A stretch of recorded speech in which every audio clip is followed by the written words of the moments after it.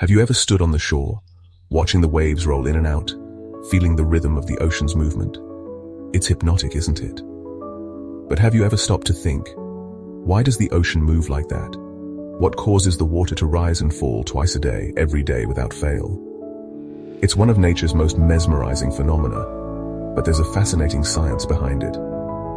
Today we're going to uncover the mysteries of ocean tides. From gravitational forces to the impact of tides on life in the sea, we'll explore how it all works and why it's so important for our planet. Stick with us as we dive into the science of one of nature's most powerful rhythms, the ocean tides. First, let's start with the basics. What exactly are ocean tides? In simple terms, tides are the regular rise and fall of sea levels caused primarily by the gravitational pull of the moon. Tides happen twice a day in a predictable pattern, and their timing and intensity vary depending on where you are in the world. But there's more to it than just watching the water go up and down. The movement of the tides can be dramatic in some places. Think of places like the Bay of Fundy in Canada, where the tidal range can be over 50 feet, and in other regions the difference between high and low tide is barely noticeable. So what's driving all this? Let's find out. To understand tides, we need to look at the forces behind them. The main forces at play are gravitational forces and centrifugal forces. First, let's talk about gravity. The moon is the most significant force behind the tides. While the Earth is much bigger than the moon's gravity still has a substantial effect on the Earth's oceans. The moon pulls on the Earth's water, creating a bulge on the side of the Earth that is closest to the moon. This bulge is what we experience as high tide, but Earth isn't just sitting still while the moon pulls on it. The Earth and the moon actually revolve around a common center of mass called the barycenter, and this is crucial to understanding the second high tide. As the Earth and moon rotate around the barycenter, centrifugal force comes into play. This means that the inertia of the Earth-Moon system pulls the water on the opposite side of the Earth, creating another bulge, another high tide. So essentially, the Earth experiences two high tides, one closest to the moon, and another on the opposite side, where the centrifugal force is at work. These two bulges of water are why we experience two high tides and two low tides every day, a pattern that's called a semi-diurnal tide cycle. Now, let's talk about the sun's role in tides. While the moon is the primary driver, the sun also has a gravitational influence on the oceans. However, because the sun is so much farther away from Earth than the moon, its effect is weaker. But the sun still plays an important part, especially when it aligns with the moon. When the Earth, moon, and sun are all in alignment, during a new moon or a full moon, the gravitational forces of both the moon and the sun combine. This results in higher than usual high tides and lower than usual low tides, known as spring tides. But when the moon is in its first or third quarter phase, the sun and moon are at right angles to each other.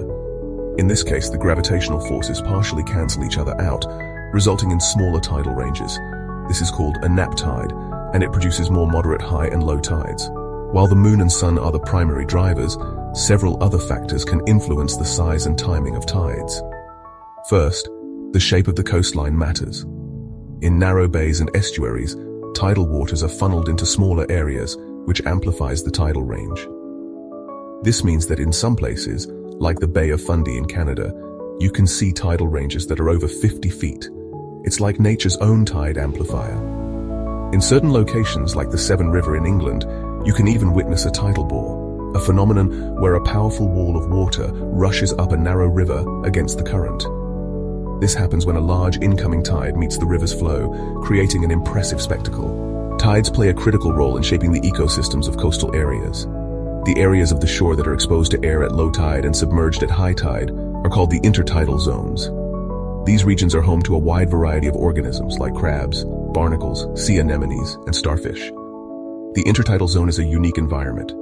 Organisms living here need to adapt to extreme conditions, like periods of exposure to the sun and drying winds during low tide, and being submerged in water during high tide. This ever-changing environment is a true survival challenge. Many species in the intertidal zone have evolved special adaptations to thrive during these constant fluctuations, whether it's by clinging tightly to rocks or using camouflage to avoid predators.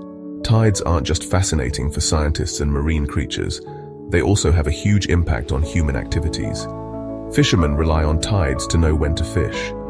Many species of fish are more active and closer to the surface at certain points of the tide. Similarly, sailors and shipping industries must account for tides when docking boats or navigating through shallow waters. Some ports are only accessible during high tide, and ships must plan their arrival times carefully. On a more futuristic note, tidal energy, harnessing the power of ocean tides to generate electricity, is becoming a more viable source of renewable energy. By tapping into the natural energy produced by the rise and fall of tides, we could significantly reduce our reliance on fossil fuels. So the next time you're standing at the edge of the ocean, watching the waves rise and fall, you'll have a deeper understanding of what's going on beneath the surface. From the moon's gravitational pull to the centrifugal forces created by the Earth's rotation, tides are a fascinating and essential part of life on Earth. The ocean tides are a powerful reminder of the dynamic forces shaping our planet and its ecosystems. They affect everything from marine life to human activities, and they'll continue to play their part in Earth's rhythms for as long as we're here to watch. Thanks for watching. Now that you understand the science behind ocean tides, you can truly appreciate the power of these fascinating natural forces.